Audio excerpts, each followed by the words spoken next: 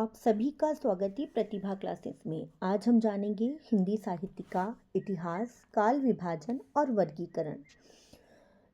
आज जो हमने यहाँ टॉपिक लिया है, इसके अंतर्गत उन सभी महत्वपूर्ण प्रश्नों का समावेश किया है जो कि अक्सर प्रतियोगी परीक्षाओं में पूछे जाते हैं। जैसे कि हिंदी साहित्य ने अपनी शुरुआत जो है वो किसके माध्यम से की थी? तो लोक भाषा कविता के माध्यम से की थी। गद्य का विकास बहुत बाद में हुआ। हिंदी का आरंभिक साहित्य हमें कब और किस भाषा में देखने को मिलता है? तो हिंदी का आरंभिक साहित्य 8वीं शताब्दी की अपभ्रंश भाषा में देखने को मिलता है। हिंदी भारत में सर्वाधिक बोली और विश्व में सर्वाधिक बोली और समझी जाने वाली भाषाओं में से एक है। मध्ययुगीन भारत में अवधी, मागधी, अर्धमागधी तथा मारवाड़ी जैसी भाषाओं में हिंदी के प्रारंभिक साहित्य को हम देख सकते हैं। हिंदी साहित्य का इतिहास। हिंदी साहित्य के इतिहास को हम तीन प्रकार के साहित्य में बांट सकते हैं: गद्य, पद्य तथा चंपू। अब यहाँ पे गद्य और पद्य के बारे में तो हम जानते हैं, लेकिन चंपू किसे कहते हैं? ऐसी साहित्यिक रचना जिसमें गद्य और पद्य दोनों का समावेश हो, ऐसी साहित्यिक रचना चंपू साहित्य के अंतर्गत आती है। हिंदी खड़ी बोली हिंदी की पहली रचना कौन सी थी? तो लाला श्रीनिवास दास द्वारा लिखित उपन्यास परीक्षा गुरु को हिंदी की खड़ी बोली हिंदी की पहली गद्य रचना माना जाता है। हिंदी साहित्य का आरंभ 8वीं शताब्दी से मानते हैं, जो कि सम्राट हर्ष के समय का सम्राट हर्षवर्धन जो थे उनके समय को हम इसमें देख सकते हैं। और उस समय जो भारत की स्थिति थी, उस समय भारतवर्ष में हिंदू और मुसलमानों में वैमनस्य बढ़ रहा था, जिसका सीधा प्रभाव उस समय के साहित्य पर हमें देखने को मिलता है। हिंदी साहित्य की काल विभाजन करने के बहुत सारे प्रयास अलग अलग आलोचकों ने समय समय पर किए हैं, लेकिन जो सर्वाधिक महत्वपूर्ण हिंदी साहित्य का काल विभाजन हमें देखने को मिलता है या माना जाता है, वो आचार्य रामचंद्र शुक्ल द्वारा लिखित हिंदी साहित्य का इतिहास नामक पुस्तक को माना जाता है। यह जो पुस्तक है, पहले आचार्य शुक्ल ने इस पुस्तक को हिंदी शब्द सागर की भूमिका के रूप में प्रकाशित किया था, जो कि 1927 में प्रकाशित किया था, लेकिन बाद में स्वतंत्र पुस्तक के रूप में 1929 में हिंदी साहित्य का इतिहास नाम से उन्होंने ये जो हिंदी साहित्य का वर्गीकरण जो है इस पुस्तक में किया। अब हम देखते हैं कि समय समय पर अनेक आलोचकों ने हिंदी साहित्य का काल विभाजन करने का प्रयास किया है। सर्वप्रथम किसने किया है? तो जॉर्ज ग्रियर्सन जो है, उन्होंने अपनी पुस्तक the modern vernacular literature of Hindustan, जिसका कि 11 भागों में प्रकाशन किया, और यह पुस्तक जो है 11 भागों में विभाजित थी। और सर्वप्रथम हिंदी साहित्य का काल विभाजन करने का जो प्रयास था वो जॉर्ज ग्रियर्सन को जाता है। इन्होंने कौन कौन से 11 भाग किए हैं? चारण काल, जिसकी समय सीमा 700 ईस्वी से लेकर 1300 ईस्वी तक मानी। 15वीं शती का धार्मिक पुनर्जागरण, जायसी की प्रेम कविता, ब्रज का कृष्ण संप्रदाय, मुगल दरबार, तुलसीदास, रीति काव्य, तुलसी के अन्य परिवर्ती, 18वीं शताब्दी, कंपनी के शासन में हिंदुस्तान और महारानी विक्टोरिया के शासन में हिंदुस्तान। इस प्रकार से इन्होंने अपनी जो पुस्तक थी the modern vernacular literature of Hindustan को कितने भागों में प्रकाशित किया? तो इस पुस्तक को उन्होंने 11 भागों में प्रकाशित किया। अभी जो प्रश्न परीक्षाओं में पूछे जाते हैं वो इसी प्रकार के डीप क्वेश्चंस पूछे जाते हैं। पहले सिर्फ जॉर्ज ग्रियर्सन की पुस्तक का नाम ही पूछ लिया जाता था, लेकिन अब उनको कितने भागों में प्रकाशित किया, 7वें भाग का नाम क्या है, इस प्रकार से अलग अलग भागों के नाम भी पूछे जाते हैं, जिसको कि मैंने यहाँ पर मेंशन किया है। आप चाहें तो इसका स्क्रीनशॉट ले सकते हैं। नेक्स्ट जो हमारा प्रयास किया है वो है मिश्र बंधुओं ने। मिश्र बंधुओं के द्वारा लिखित पुस्तक का नाम है मिश्र बंधु विनोद, जिसका प्रकाशन 1913 में किया। इसमें उन्होंने जो काल विभाजन किया है, जैसे कि प्रारंभिक काल, माध्यमिक काल, अलंकृत काल, परिवर्तन काल और वर्तमान काल। इनसे महत्वपूर्ण प्रश्न बनता है कि रीति काल को अलंकृत काल की संज्ञा किसने दी है? तो रीति काल को अलंकृत काल कहाँ है? मिश्र बंधुओं ने। इस प्रकार से यहाँ समय सीमा भी आप देख सकते हैं। नेक्स्ट नाम आता है आचार्य रामचंद्र शुक्ल जी का। शुक्ल जी की पुस्तक का नाम है हिंदी साहित्य का इतिहास।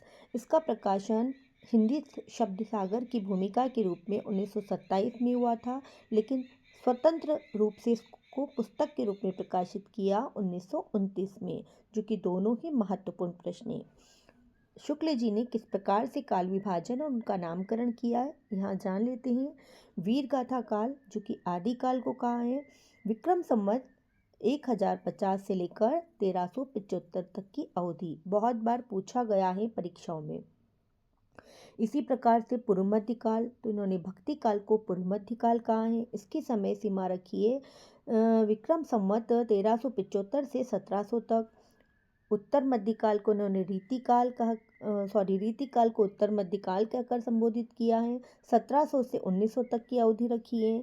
और आधुनिक काल को इन्होंने गद्यकाल कहा है, जिसकी समय सीमा रखी है विक्रम संवत 1900 से लगाकर अब तक, जो कि आप लोगों को समझ में आया होगा। इसी प्रकार से नेक्स्ट जो प्रयास किया है वो है हजारी प्रसाद द्विवेदी जी ने। हजारी प्रसाद द्विवेदी जी ने यहाँ काल विभाजन का प्रयास किया है। वैसे तो उन्होंने आचार्य शुक्ल के विभाजन को ही स्वीकार किया है, लेकिन थोड़ा बहुत इसमें अंतर किया है। जैसे कि पूछा जाता है वीरगाथा काल का नामकरण आदिकाल किसने किया है, तो वीरगाथा काल को आदिकाल किसने कहा है? हजारी प्रसाद द्विवेदी जी ने कहा है। महत्वपूर्ण प्रश्न है। भक्ति काल, रीति काल और आधुनिक काल लगभग इन्होंने एज इट इज ऐसे ही रखा है। अब यहाँ बात आती है कि ओवरऑल जितने भी राइटर्स हैं इन्होंने समय समय पर अपना अपना काल विभाजन प्रकाशित किया, लेकिन एक आदर्श वर्गीकरण और काल विभाजन किसे कहा गया है और इसकी समय सीमा कब से कब तक रखी गई है? तो एक आदर्श वर्गीकरण के आधार पर हिंदी साहित्य में आदिकाल की समय सीमा 1000 से लगाकर 1350 ईस्वी तक मानी जाती है। भक्ति काल 1350 से 1650, रीति काल 1650 से 1850 और आधुनिक काल 1850 से अब तक। अब आधुनिक काल को कितने भागों में विभाजित किया है? तो आधुनिक काल को पुनर्जागरण काल के नाम से भी जाना जाता है। पुनर्जागरण काल को भारतेंदु युग के नाम से जाना जाता है। इसकी समय सीमा 1850 ईस्वी से 1900 ईस्वी तक मानी जाती है। किस कालखंड को जागरण सुधार काल के नाम से भी जाना जाता है? महावीर प्रसाद द्विवेदी जी की जो समय सीमा मानी जाती है उस कालखंड को या द्विवेदी काल को जागरण सुधार काल के नाम से भी जाना जाता है। उसके बाद आती है छायावाद, प्रगतिवाद, प्रयोगवाद, नवलेखन या नवगीत लेखन के नाम से जाना जाता है। अब हम यहाँ एक बार हिंदी साहित्य के काल विभाजन को पूरी तरह से जान लेते हैं। जैसे आदिकाल को कितने भागों में वर्गीकृत किया गया है? आदिकाल में किस किस प्रकार का साहित्य मिलता है? तो सिद्ध साहित्य, नाथ साहित्य, जैन साहित्य, चारणी साहित्य, प्रकीर्ण साहित्य, अपभ्रंश साहित्य और फुटकल रचनाएं। इसी प्रकार से भक्ति काल में राम भक्ति परक हमें काव्य देखने को मिलता है। कृष्ण भक्ति काव्य, संत काव्य, सूफी काव्य, आख्यानिक काव्य, फुटकल रचनाएं। और इसी प्रकार से रीति काल में रीतिबद्ध, रीति सिद्ध और रीति मुक्त रचनाएं हमें दिखाई देती हैं। और आधुनिक काल में भारतेंदु युग, द्विवेदी युग, छायावाद, प्रगतिवाद, प्रयोगवाद और नई कविता। इस प्रकार से आप लोगों ने हिंदी साहित्य में काल विभाजन को समझा होगा और आप लोगों को समझ में भी आया होगा। आइए हम लोग जान लेते हैं आदिकाल और आदिकाल की महत्वपूर्ण कौन कौन सी परिस्थितियाँ थी, प्रमुख विशेषताएं क्या रही हैं। अब यहाँ आदिकाल के बारे में जान लेते हैं, जिसकी समय सीमा हमने आदर्श वर्गीकरण के आधार पर मानी है 1000 ईस्वी से लगाकर 1350 ईस्वी तक। हिंदी साहित्य के इतिहास में लगभग 10वीं शताब्दी से लेकर 14वीं शताब्दी तक के मध्य के काल को आदिकाल के नाम से जानते हैं। जैसा कि मैंने आपको ऊपर बताया था, आदिकाल का नामकरण आदिकाल किसने दिया है? तो डॉक्टर हजारी प्रसाद द्विवेदी ने इसे आदिकाल नाम से संबोधित किया। आदिकाल को ग्रियर्सन जी ने क्या कहा है? तो जॉर्ज ग्रियर्सन के वर्गीकरण में हमने पढ़ा था, पहला ही नामकरण उन्होंने चारण काल के नाम से बताया था। मिश्र बंधुओं ने इसे प्रारंभिक काल कहा है। महावीर प्रसाद द्विवेदी जी ने इसे बीज वपन काल कहा है। महत्वपूर्ण प्रश्नों को ही हमने यहाँ लिया है और बार बार प्रतियोगी परीक्षाओं में इन प्रश्नों को पूछा गया है हमें देखने को मिलते हैं। जैसे कि महावीर प्रसाद द्विवेदी जी ने आदिकाल को किस नाम से संबोधित किया है, तो बीज वपन काल। आचार्य शुक्ल ने आदिकाल को वीरगाथा काल कहा है। राहुल संस्कृत्यायन जी ने आदिकाल को सिद्ध सामंत काल कहा है। सिद्ध सामंत काल आदिकाल को किसने कहा है, तो राहुल संस्कृत्यायन जी ने सिद्ध सामंत काल कहकर संबोधित किया। डॉक्टर राम कुमार वर्मा जी ने आदिकाल को संधि काल कहा है। संधि काल व चारण काल, ये दोनों ही नामों से डॉक्टर राम कुमार वर्मा जी ने इस आदिकाल को संबोधित किया।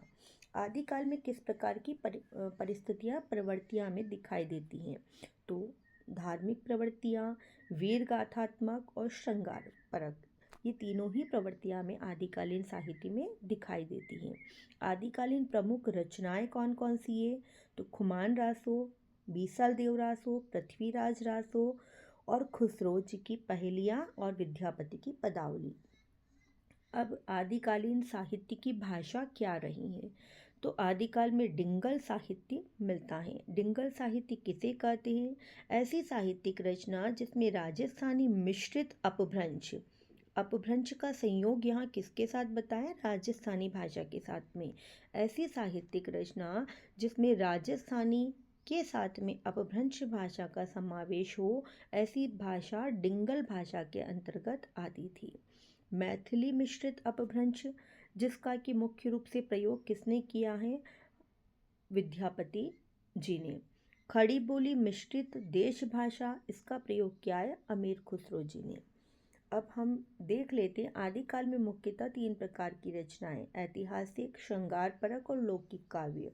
अब आदिकालीन रचनाओं में ऐतिहासिक काव्य रचनाओं के अंतर्गत कौन कौन सी आती है, प्रबंध काव्य भी आता है और वीर गाथात्मक काव्य भी आता है। अब यहाँ जान लेते हैं प्रथम प्रवृत्ति के अंतर्गत, मतलब प्रबंध काव्य और वीर गाथात्मक काव्य। चंद्र बरदाई का पृथ्वीराज रासो इस प्रवृत्ति के अंतर्गत आता है, जिसमें वीर गाथात्मक काव्य कहा जाता है। और दूसरा है नरपति नाले जी का बीसल देव रासो, ये एक श्रृंगार परक रचना मानी जाती है।